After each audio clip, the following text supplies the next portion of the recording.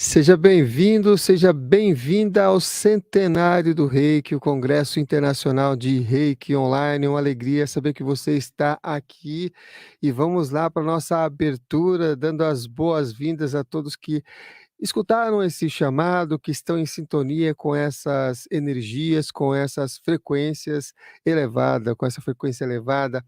E vamos já apresentar aqui o coordenador, né, o coordenador do Centenário do Reiki, que é ele, o Johnny De Cali, que é graduado em Engenharia Agrônoma pela Universidade Federal Rural do Rio de Janeiro, é bacharel em Teologia pela Faculdade Teológica de São Mateus, FATESMA, em São Paulo, tem mestrado também em Ciências da Religião, também pela FATESMA, é pós-graduado em Terapias Naturais e Holísticas pela Universidade Castelo Branco, no Rio de Janeiro, e por muitos anos ele exerceu o cargo de professor universitário de pós-graduação na Universidade Castelo Branco, no Rio de Janeiro, no curso de pós-graduação Lato Sensu em Terapias Naturais e Holísticas, docente da disciplina Bioeletrografia aplicada ao diagnóstico energético. É fundador e presidente do Instituto Brasileiro de Pesquisas e Difusão do Reiki e possui 17 obras publicadas sobre o método Reiki. Em 26 anos de atividade, contando com o apoio de sua esposa, Rita De Carli, iniciaram mais de 18 mil novos reikianos. É praticante ativo faixa preta do primeiro Dan de Karatê Shotokan do Japão. Vamos aqui recebê-lo, ele, o Johnny De Carli. Bem-vindo, Johnny. Como é que você está nessa celebração do Centenário do Reiki? Que alegria, Samuel. Muito bom dia a você que está me ajudando nessa coordenação. E a palavra-chave é gratidão, né? Sem você, teria sido tudo muito mais difícil. Só tenho a agradecer a você. E Agradecer a como é que Deus, surgiu né? assim no seu coração e nessa chave de abertura para fazer o centenário, essa celebração do centenário do Reiki? Pois é, né? Albert Einstein tem uma citação que ele diz que é na dificuldade que você encontra a oportunidade. Então, no ano de 2018, nós estivemos no Japão, acompanhados de 44 mestres de Reiki, formados pelo nosso instituto. E a ideia surgiu durante aquela viagem, há quase 4 anos atrás, em que decidimos, em conjunto com os professores japoneses, de retornarmos no ano de 2022 para celebrar no Monte Kurama o centenário. Só que o Japão já vai para 2 anos que está com as fronteiras fechadas para o turismo em função da pandemia. Então, aí surgiu a ideia de fazermos o evento online. E aqui estamos nós, né, Samuel, com a sua ajuda, em função dessa situação que nós vivemos nesses últimos 2 anos. Existe esse imaginário ligado ao Reiki, de que o Reiki é uma técnica ou é conhecida como uma técnica milenar, inclusive existe até publicações que falam sobre isso. E hoje estamos aqui festejando esse centenário do Reiki. E existe algum documento que comprove que o Reiki tem apenas 100 anos? Então, Samuel, tem um ditado que diz que quando está todo mundo errado, está todo mundo certo, né? Então, quando nós entramos nesse caminho, você acabou aí de ler um resumo do meu currículo, né? Eu tenho graduação em engenharia agronômica, acabei me desligando do Ministério da Agricultura para seguir esse caminho.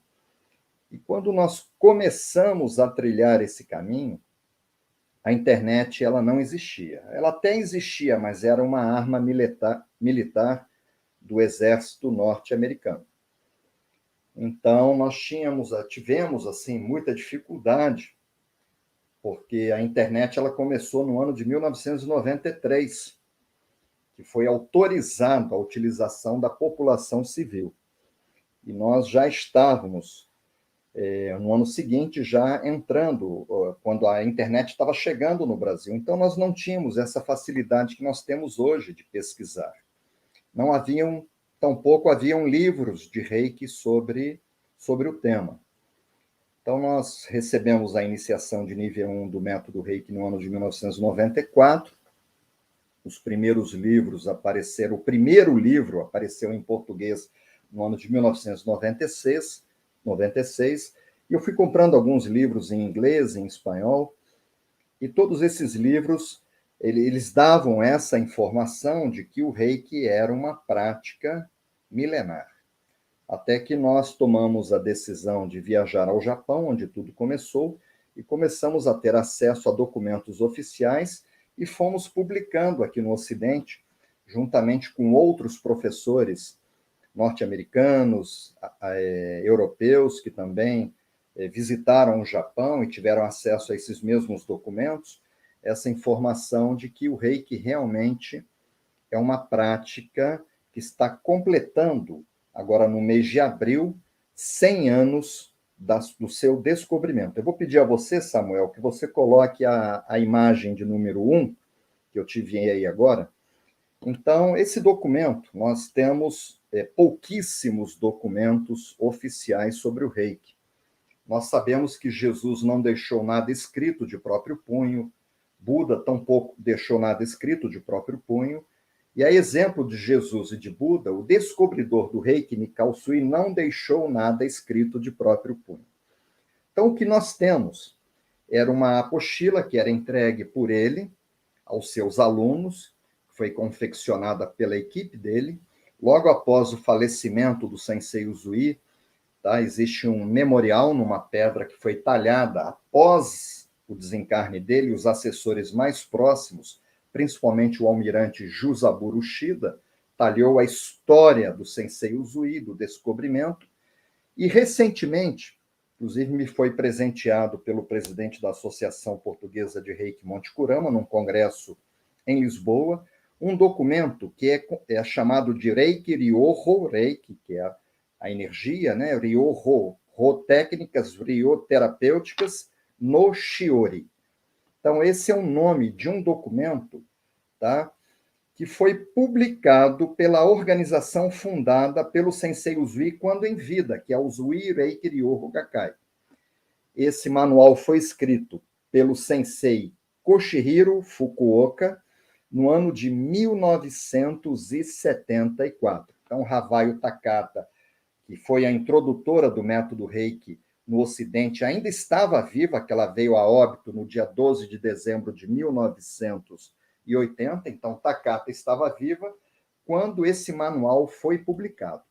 E nesse manual, nós contratamos, conforme já disse aqui na minha palestra de abertura, eu recebi esse manual de presente do mestre de Reiki português João Magalhães, e eu pedi que uma tradutora brasileira juramentada fizesse a tradução. Então, aqui está em azul um texto, tá? A tradução juramentada do que está no manual da organização, que o jejum, a descoberta aconteceu ao longo de um processo de jejum numa montanha sagrada. O jejum do Sensei Usui no Monte Kurama, que foi a montanha em Kyoto, onde ele descobriu o Reiki, ocorreu no mês de abril de 1922. Então, agora, no mês de abril do ano de 2022, o Reiki oficialmente completou 100 anos da sua descoberta, contrariando as primeiras informações que nós tínhamos. Mas a gente não pode nem culpar os primeiros escritores, porque eles não tinham acesso à informação, como eu também não tinha. Então, havia pouca informação, e um começou a dizer que era uma prática milenar, o outro começou a dizer, e todo mundo daqui a pouco estava dizendo que o Reiki era uma prática milenar. Mas o Reiki realmente ele está completando 100 anos de vida, e por isso que nós estamos aqui. O que levou o Sensei Usui a fazer esse retiro meditativo lá no Monte Kurama? Uma busca, né? Albert Einstein dizia isso, né? Que a coisa, uma citação dele, a coisa mais importante é a intuição. Que a intuição é escutar o Criador, escutar Deus, né? Que a fonte, a intuição, é a fonte de toda a arte, de toda a ciência verdadeira. Então, todo mundo tem intuição. Algumas pessoas, a intuição é mais aflorada. E ele tinha essa voz invisível, inaudível, né? Que levava ele a uma busca. Ele nem sabia ao certo o que ele estava buscando, né? O que ele iria encontrar. Ele ingressou no mosteiro, né, shintoísta, e ele foi orientado pelo abade, isso está nos documentos, a morrer uma vez, não morrer no sentido figurado, da morte física, morrer no sentido de se tornar uma nova pessoa. Então, foi quando ele resolveu imprimir um processo de jejum e de meditação para tentar se conectar de uma maneira mais intensa com o Criador e encontrar as respostas do que ele buscava intuitivamente. Ele era um missionário, né? Einstein, ele dizia que Deus não escolhe pessoas capacitadas. Deus capacita um escolhido. Então, ele era um escolhido. Ele era um homem escolhido do Criador. Ele tinha uma missão para o nosso planeta. Então, você vê como o reiki é ensinado hoje em todos os continentes, praticamente em todos os países. Foi graças ao trabalho desse missionário que foi o Sensei Mikao Sui. E aí, depois desse jejum, né, depois dessa experiência, o que aconteceu ali sobre essa percepção após a iniciação no Reiki? O que aconteceu com o Sensei após a iniciação do Reiki? Que percepção ele teve? Que percepção ele se abriu? Como é que foi essa conexão ali, após esse jejum ou durante o jejum? Bom, essas informações nós também temos nesse mesmo documento. Eu vou pedir a você, eu te mandei uma outra imagem, tá? Que no referido manual que nós estamos falando, no Shiori, encontramos o seguinte. Então, isso também é tradução ao pé da letra, ipsiliter, né, de uma tradutora juramentada. Nessa montanha isolada, a 20 quilômetros da cidade, a cidade é Kyoto, iniciou um jejum na terceira semana, praticamente, porque isso tudo, essa percepção aconteceu na madrugada do 22º dia. Mas a informação na terceira semana, 21 dias, por volta da meia-noite, quando começou o 22º dia, sentiu um forte estímulo bem no meio do seu cérebro. Essa informação é oficial. Então, nesse momento, o que aconteceu com ele vai de encontro ao que Albert Einstein nos deixou numa de suas citações, que Deus capacita um escolhido. Então, ele recebeu a iniciação, ele se tornou, nesse momento, o primeiro reikiano. E a percepção dele, o que ele percebeu fisicamente, tá? Um estímulo bem no meio do seu cérebro, que nós, com o nosso estudo, procurando trilhar também o caminho da ciência, que é o caminho de se chegar a Deus pela razão, na verdade, no meio do cérebro, é na pequena glândula que todos nós temos na base do crânio, que é a glândula pineal, a epífise. Então, isso aconteceu, isso é uma informação oficial, como se tivesse sido atingido por um raio, e ficou inconsciente, de tão forte que foi esse processo. Ele estava debilitado fisicamente, 21 dias sem se alimentar. Recobrou a consciência quando estava amanhecendo, ou seja, na manhã do 22º dia, foi um despertar. Essa informação, esse termo despertar, está no documento oficial. Por isso que em muitas escolas o nível 1 de Reiki é denominado de o despertar. Aqui está a origem da denominação do nível 1 de Reiki, inclusive na nossa escola, que ele nunca havia experimentado até então. De fato, foi uma sensação reconfortante, tanto no físico como na alma. Provavelmente, nesse momento, ele captou na alma uma forte energia do universo, que o japonês denomina de energia Rei. Então, essa é uma tradução do documento oficial publicado pela organização Usui Reiki Ryoho Gakkai, que nos mostra qual foi a percepção oficial do Sensei Usui no Monte Kurama, após ele ter sido iniciado diretamente pelo Criador. Atualmente se tem esses documentos traduzidos para o português, além dessa exposição, ou ainda está em fase de planejamento para publicação? Não, esse documento ele foi publicado, tá? Ele foi traduzido e ele já foi, inclusive, a matéria-prima que eu utilizei num dos meus livros. Você leu na minha apresentação, né, que eu tive a alegria, né, de publicar 17 diferentes obras sobre o Reiki. Uma dessas obras, inclusive, está publicada numa editora portuguesa, que é Reiki, As Respostas da Usui Reiki Ryoho Gakkai. Esse é o nome de um dos meus livros, em que vem a tradução completa desse manual, e depois, em cima dessa tradução, eu coloquei perguntas que foram formuladas pelos meus alunos ao longo desses quase 27 anos que eu venho ensinando o Reiki e retirando as respostas desse manual. Interessante. E nesse manual, nesse documento, o que está escrito sobre a primeira experiência, do Sensei Usui fazendo uso do Reiki mesmo?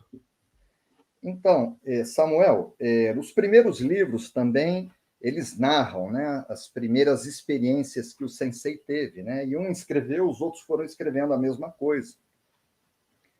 Mas, conforme eu falei já nessa abertura, que existe muito pouca informação oficial, mas nós temos a informação oficial da primeira experiência que ele teve, que foi no corpo dele, que é nesse slide que eu acabo de te enviar, que está escrito o seguinte, no mesmo manual. O Sensei Usui, quando encerrou a prática do jejum, ou seja, foi quando amanheceu o 22º dia, ele recebeu uma expandida percepção extrasensorial, inspiração divina, na qual a energia do universo combinou com a energia dentro do corpo dele. Porque, na verdade, o Reiki, ele é a união de duas energias. Essa energia que nós estamos mergulhados, que é a energia primordial cósmica, que o japonês denomina de Rei, daí vem o Jorei, o Reiki, com a nossa energia pessoal, que o japonês denomina de Ki, a medicina de força vital, de vitalismo. Então, a união dessas duas energias cria uma terceira energia, que é o Reiki.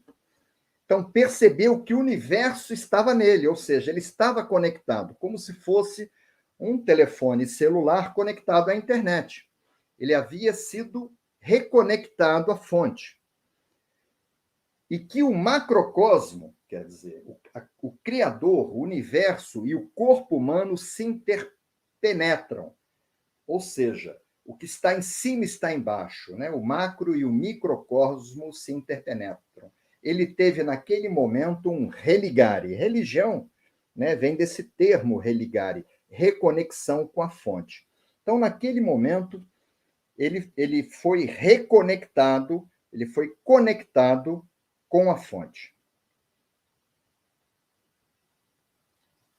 Você comentou inicialmente que uma das propostas para 2022 seria essa visita, né, ao Japão. E conta para a gente que você também já esteve nessa montanha, como é que foi sua experiência também no Monte Kurama? Então, Samuel, no Reiki existe uma coisa chamada sazonalidade. Então, vamos explicar o que é isso, né? Que não existe só no Reiki, existe no direito, na psicologia. Quando chega o período de Natal até o Carnaval, o judiciário está fechado, então os advogados eles são obrigados a entrar de férias. E não é muito diferente com a atividade dos psicólogos, nós temos vários alunos advogados, psicólogos, isso acontece no Reiki. Então, nos primeiros anos, Rita e eu, minha esposa, né, que sempre me acompanhou, nós percebemos que desse período do Natal até o Carnaval, o nosso movimento de alunos caía vertiginosamente. Então, nós resolvemos, né, eu sou engenheiro agrônomo, então eu aprendi que para que a gente colha, a gente deve cultivar, né?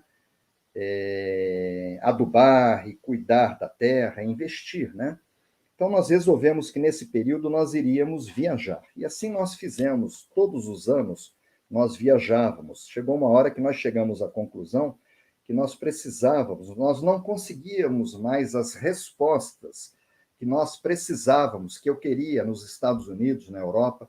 Foi quando, no ano de 1998, eu resolvi fazer a primeira viagem ao Japão para conhecer o Monte Kurama, conhecer o memorial do Sensei Usui. Foi nesse momento que eu conheci vários professores de Reiki.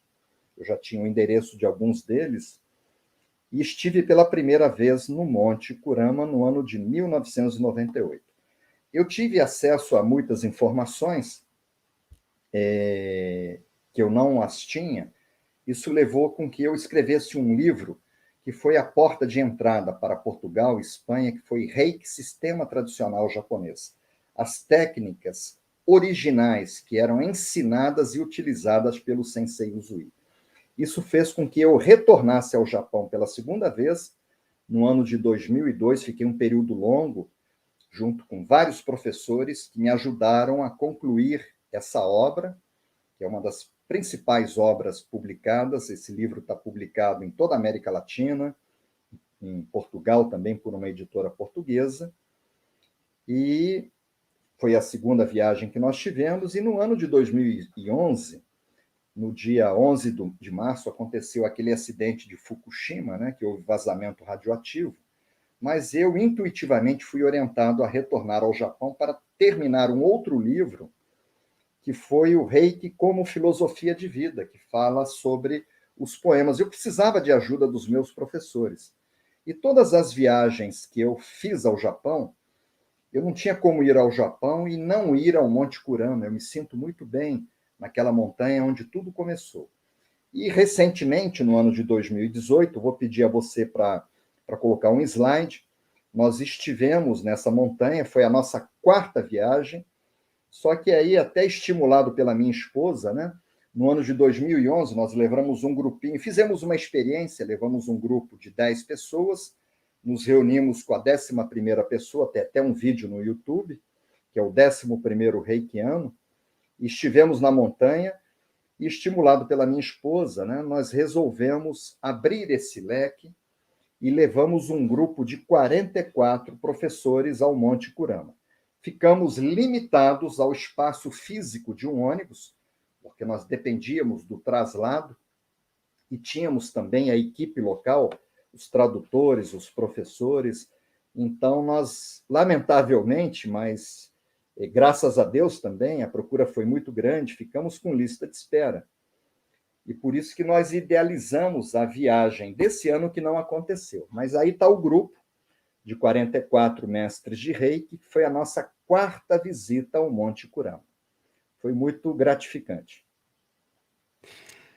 Em relação a Usui, tem um fato, né, que até tem no manual, que eu vou até colocar aqui o slide, que ele utilizando também o reiki, que ele tropeçou numa pedra. Alguém tropeçou nessa viagem, igual ao Não, Usui? não, não. Ninguém tropeçou. Eu te mandei esse slide agora, porque essa realmente foi a primeira experiência, né, que o Sensei Usui teve. Isso é a tradução do manual, né? Isso é oficial. Isso é o que nós temos de oficial. Foi o que aconteceu, porque o Sensei Usui tinha raízes shintoístas e zen budistas. E Buda, ele pregava o seguinte, que nós não deveríamos acreditar em nada que mestre nenhum falasse sem antes vivenciar. Buda pregava isso. Então, foi muito importante que ele vivenciasse. E o Sensei Usui, na descida da montanha, ele teve um acidente. E ele utilizou a energia no seu próprio corpo. É aquele ver para crer, o teste de São Tomé, né? Então, o manual diz o seguinte: durante a descida da montanha, que não é uma coisa tão simples, hoje é mais simples porque está pavimentado, mesmo assim não é tão simples. Os meus alunos todos foram para a academia, fortalecer joelhos, tendões, tornozelos, para aguentar subir aquela montanha. Mas naquela época não tinha pavimentação. Então, durante a descida da montanha, tropeçou numa pedra, machucando o dedo do pé. Hoje a gente sobe de bota, de tênis, naquela época eram sapatilhas, né?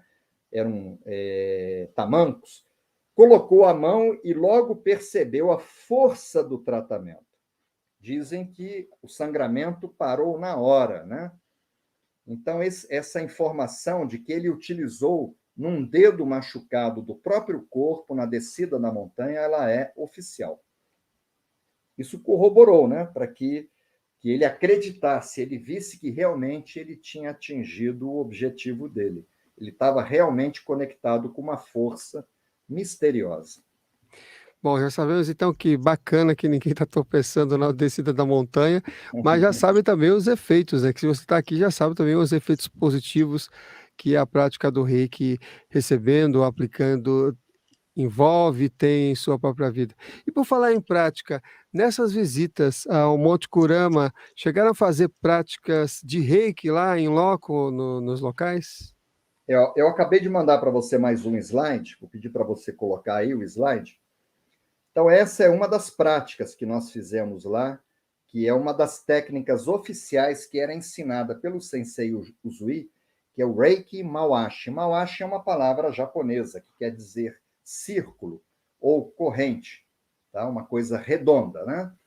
Então, é uma prática que pessoas, inclusive não iniciadas no Reiki, podem participar, dando as mãos, funcionando como um conector. O conector, ele une dois fios, né? Então, essa prática ela permite que pessoas não iniciadas e reikianos de diferentes níveis captem a energia do universo, cada um de acordo com seu nível iniciático, e cria-se uma corrente de energia que penetra pela mão esquerda dos reikianos, das pessoas que estão na prática, sai pela direita, e é uma prática de autoaplicação, tá? Uma prática que porque você capta a energia, então você está recebendo a energia que você captou. Só que essa energia passa para o seu colega que está do lado direito. E Einstein dizia que a energia sempre é potencializada ao quadrado. Energia igual a matéria vezes velocidade da luz ao quadrado. Então, se são duas pessoas, é possível fazer com duas pessoas, vale por 4. 3 vale por 9. 4 valem por 16. 5 por 25. Agora, você imagina um grupo de mais de 40 reikianos e no Monte Kurama que tem uma energia privilegiada, essa energia potencializada ao quadrado. Então, é uma energia, é uma prática de autoaplicação, porque você está captando, está recebendo, mas você recebe também a energia dos colegas.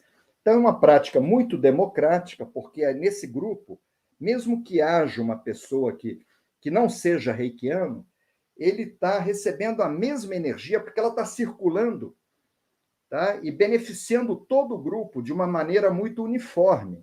Então, por isso que nós dizemos que é uma prática coletiva de autoaplicação democrática.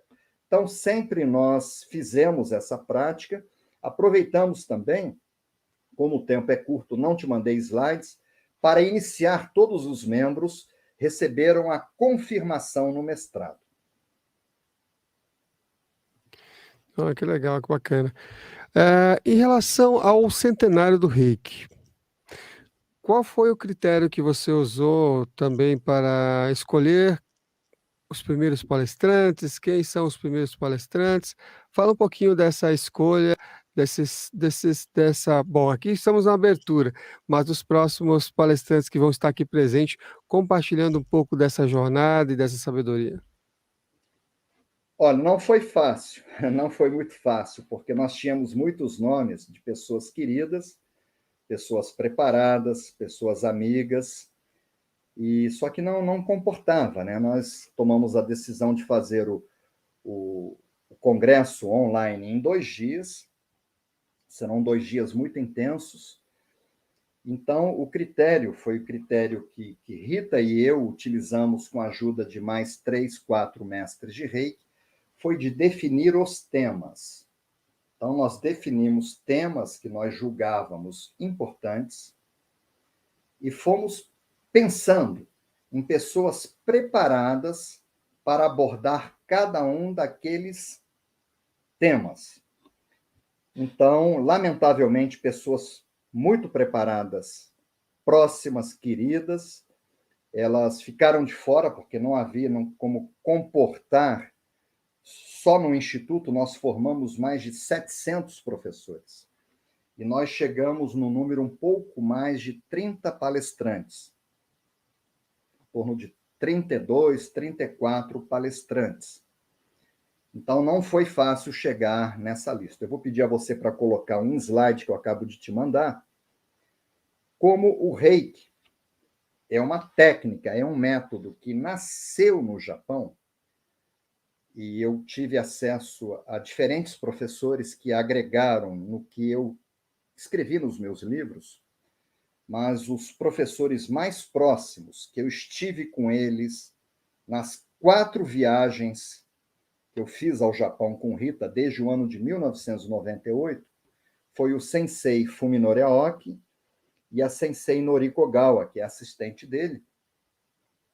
Então, nós entendemos que nós deveríamos abrir o congresso, o centenário, com 2 palestrantes japoneses, principalmente em função de ser um método japonês, o método ter nascido no Japão, ter sido descoberto por um japonês.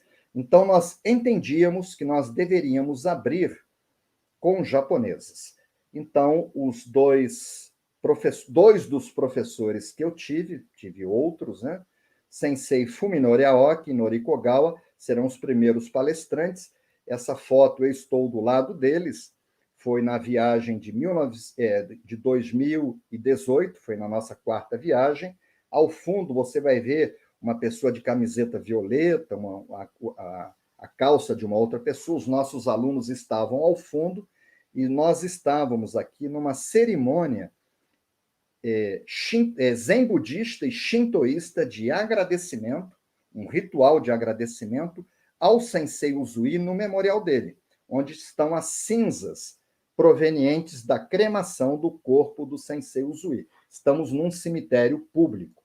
Então, durante um ritual, eu estou em posição gachô, em posição de oração, ao lado dos 2 senseis, e são os 2 que farão a abertura do nosso congresso, do nosso centenário online. Muito bem, belíssima abertura aqui com Johnny De Cali, coordenador do Centenário do Reiki, Congresso Internacional de Reiki Online.